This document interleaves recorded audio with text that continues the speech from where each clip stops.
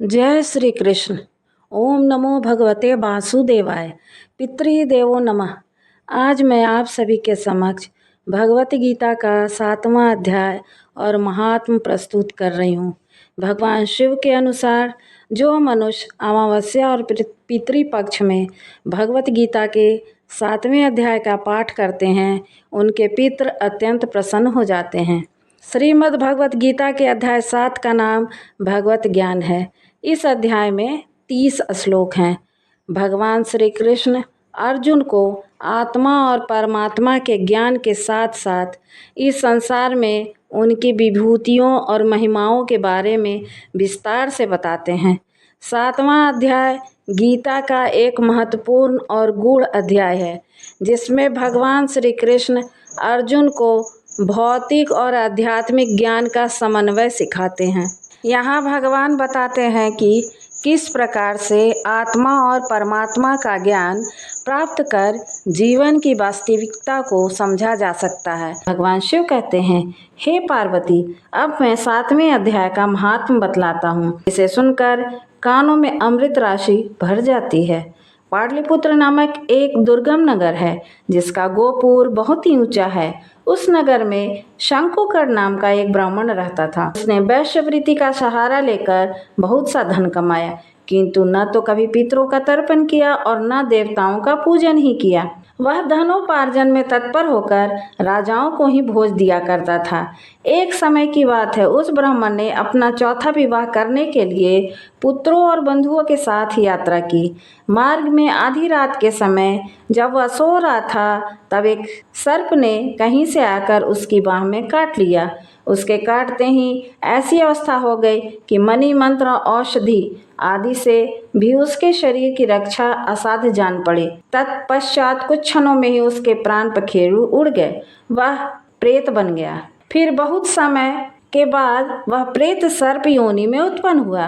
उसका चित्त धन की वासना में बंधा था। उसने पूर्व वृतांत को स्मरण करके सोचा, मैंने घर के बाहर करोड़ों की संख्या में अपना जो धन गाड़ रखा है, उससे इन पुत्रों को वंचित करके स्वयं ही उसकी रक्षा करूंगा। सांप की योनि से पीड़ित होकर पिता ने एक दिन स्वप्न में अपने पुत्रों के समक्ष आकर अपना मनोभाव बताया। तब उसके पुत्रों ने सवेरे उठकर बड़े विस्मय के साथ एक दूसरे से स्वप्न की बात कही। उनमें से मंझला पुत्र कुदाल हाथ में लिए घर से निकला और जहां उसके पिता सर्प योनि धारण करके रहते थे, उस स्थान पर गया। यद्यपि उसे धन के स्थान का ठीक ठीक पता नहीं था, तो भी उसने चिन्हों से उसका निश्चय कर लिया और लोभ बुद्धि से वहां पहुंचकर बावी को खोदना आरंभ किया। तब उस बावी से बड़ा भयानक सांप प्रकट हुआ और बोला, ओ मूढ़, तू कौन है? किस लिए आया है? यह बिल क्यों खोद रहा है? किसने तुझे भेजा है? ये सारी बातें मेरे सामने बता। मैं आपका पुत्र हूँ, मेरा नाम शिव है। मैं रात्रि में देखे हुए स्वप्न से विस्मित होकर यहाँ पर स्वर्ण लेने के कौतूहल से आया हूँ। पुत्र की यह वाणी सुनकर वह सांप हंसता हुआ उच्च स्वर से इस प्रकार स्पष्ट वचन में बोला, यदि तू मेरा पुत्र है तो मुझे शीघ्र ही बंधन से मुक्त कर। मैं अपने पूर्व जन्म के गाड़े हुए धन के लिए ही सर्प योनि में उत्पन्न हुआ हूँ। पुत्र ने कहा, पिताजी, आपकी मुक्ति कैसे होगी? इसका उपाय मुझे बताइए, क्योंकि मैं इस रात में सब लोगों को छोड़कर आपके पास आया हूँ। पिता ने कहा, गीता के अमृतमय 7वें अध्याय को छोड़कर मुझे मुक्त करने में तीर्थ, दान, तप और यज्ञ भी सर्वथा समर्थ नहीं है। केवल गीता का 7वां अध्याय ही प्राणियों के जरा, मृत्यु आदि दुखों को दूर करने वाला है। पुत्र, मेरे श्राद्ध के दिन गीता के 7वें अध्याय का पाठ करने वाले ब्राह्मण को श्रद्धा पूर्वक भोजन कराओ। इससे निसंदेह मेरी मुक्ति हो जाएगी। वत्स, अपनी शक्ति के अनुसार पूर्ण श्रद्धा के साथ निर्व्यसनी और वेद विद्या में प्रवीण अन्य ब्राह्मणों को भी भोजन कराओ। सर्प योनि में पड़े हुए पिता के ये वचन सुनकर सभी पुत्रों ने उसकी आज्ञा अनुसार तथा उससे भी अधिक किया। तब शंकुकर ने अपने सर्प शरीर को त्याग कर दिव्य देह धारण कर लिया और सारा धन पुत्रों के अधीन कर दिया। पिता के करोड़ों की संख्या में जो धन उनमें बांट दिया था, उससे वे पुत्र बहुत प्रसन्न हुए। उनकी बुद्धि धर्म में लगी हुई थी, इसलिए उन्होंने बावली, कुआं, पोखरा, यज्ञ आदि देव मंदिर के लिए उस धन का उपयोग किया और अन्नशाला भी बनवाई। तत्पश्चात 7वें अध्याय का सदा जप करते हुए उन्होंने मोक्ष प्राप्त किया। हे पार्वती, मैंने तुम्हें 7वें अध्याय का महात्म बतलाया, जिसके श्रवण मात्र से मानव सब पापों से मुक्त हो जाता है।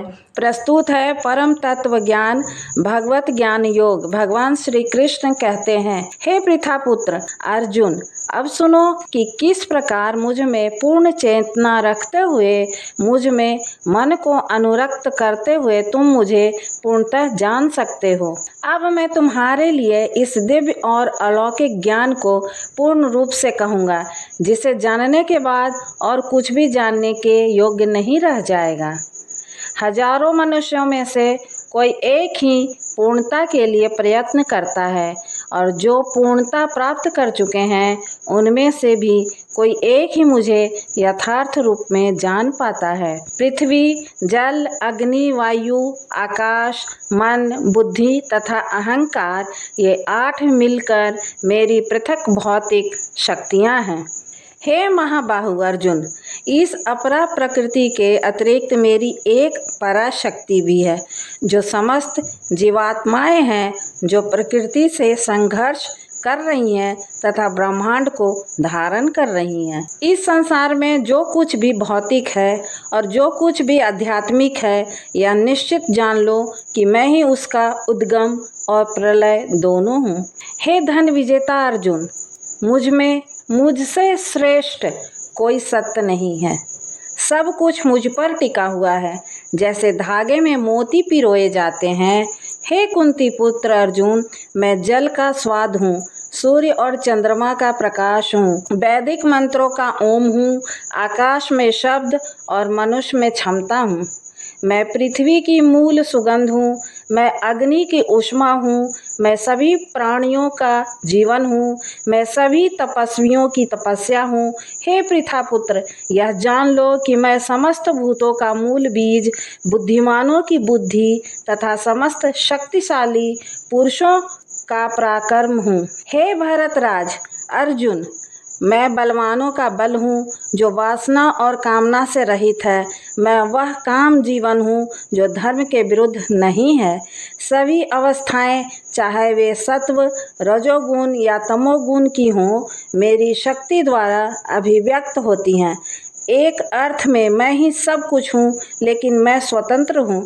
मैं इस भौतिक प्रकृति के गुणों के अधीन नहीं हूँ। तीनों गुणों सत्व, रजो और तमो से मोहित होकर सारा जगत मुझको नहीं जानता, जो मैं गुणों से परे और अक्षय हूँ।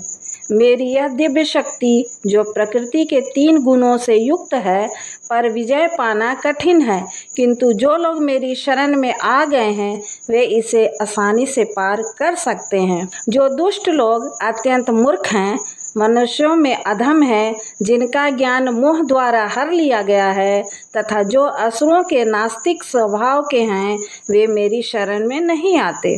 हे भरत श्रेष्ठ अर्जुन, 4 प्रकार के पुण्यात्मा पुरुष मेरी भक्ति करते हैं।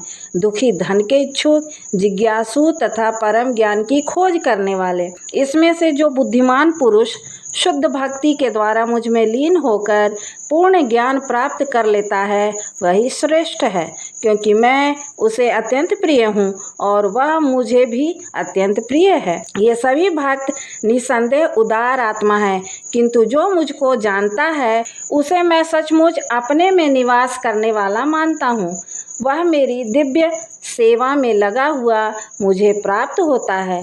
जो मनुष्य अनेक जन्मों और मृत्युओं के पश्चात भी ज्ञानवान है, वह मुझे ही समस्त कारणों का कारण और जो कुछ है सबका कारण जानकर मेरी शरण में आता है, ऐसा महान आत्मा अत्यंत दुर्लभ है।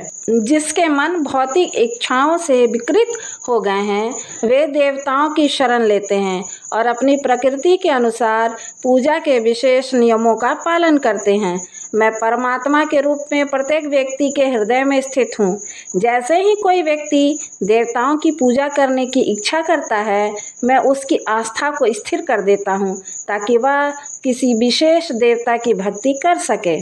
ऐसी श्रद्धा से संपन्न होकर वह किसी विशेष देवता की कृपा चाहता है और अपनी इच्छाएं पूरी करता है, किंतु वास्तव में ये लाभ केवल मेरे द्वारा ही प्रदान किए जाते हैं।